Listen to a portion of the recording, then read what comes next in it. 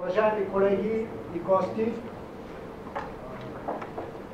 тази година управителният съвет на нашата асоциация реши да проведе откритото общо събрание ето в тази зала, Международния експозиционен център. Това вероятно се случва за пръв път. Освен това, ние решихме нашето общо събрание да бъде открито за асоциация от нашия тип.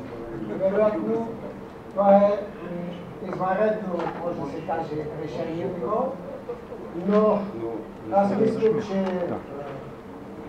нашата асоциация и до сега е била отворена към обществото и нейната работа е била достатъчно прозрачна. Освен това, проблемите, които вълнуват нашите членове и асоциацията като цяло, са проблеми на цялото общество. Тази беше именно и причината ние да решим, управителния съвет да вземе решение да проведем нашето общо събрание тук в Експо центъра в София по време на изложението Security 2012 и да дадем възможност и на нашите членове, и на нашите гости да се запознаят с това, което излагат фирмите от нашия бранш тази година. Навцо на практика е един партньор на изложението и подчертавам, че той е реален партньор. Реален както за неговите членове, защото почти половината от площта на тази годишната Security 2012 са заели фирми на нашата асоциация. Благодаря на всички, които присъстват днес тук и позволете ми да отбележа присъствието на госпожа Румяна Георгиева, наш гост, която е парламентарен секретар и директор на браншовите организации към Конфедерацията на работодателите и индустриалците в България. Очаквахме и други гости, високи.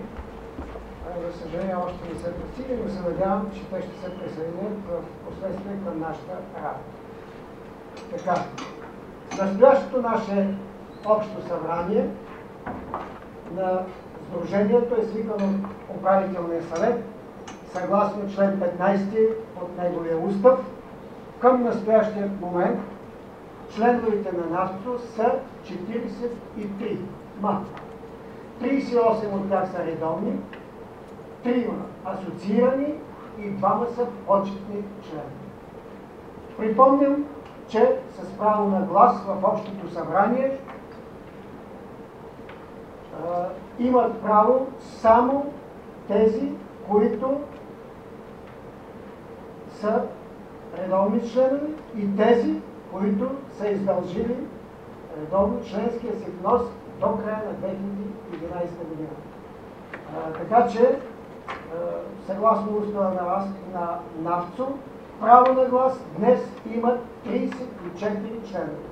4 членове не са си издължили членския внос. Това са ЕОД, ЕОД и ООД. Съжалявам, но те имат право, разбира се, да вземат отношение по хода на нашата работа, но нямат право да гласуват при вземането на решение. Така, от тези 34 редовни члена, които имат право на глас, от 38-те присъстват 29. 30 до момента. Колко станаха? 30. Така ли? Значи още един. Така, т.е. нашият форум е на лице, може да се каже.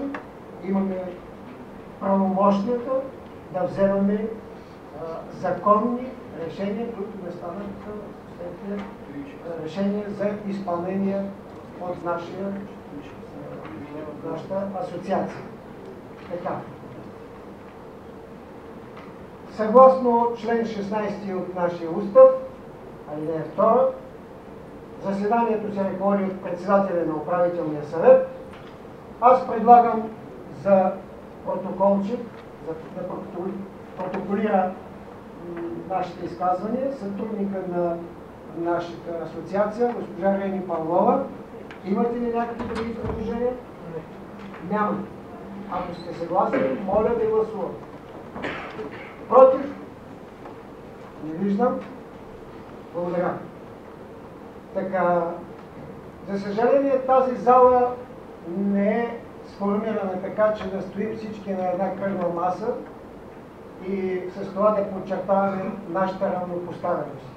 Но от друга страна, тук пред вас предлагам да поставим тези, които през тази година са носили отговорност за дейността на нашото, да ги виждате всички и да правите директно към тях вашите бележки, забележки и така нататък. Така че предлагам на масата на водещите да се станат освен мен и протоколчика госпожа Рени Павлова, председателя на нашия контролен съвет господин Петър Тотев и изпълнителният секретар на асоциацията господин Иван Иванов.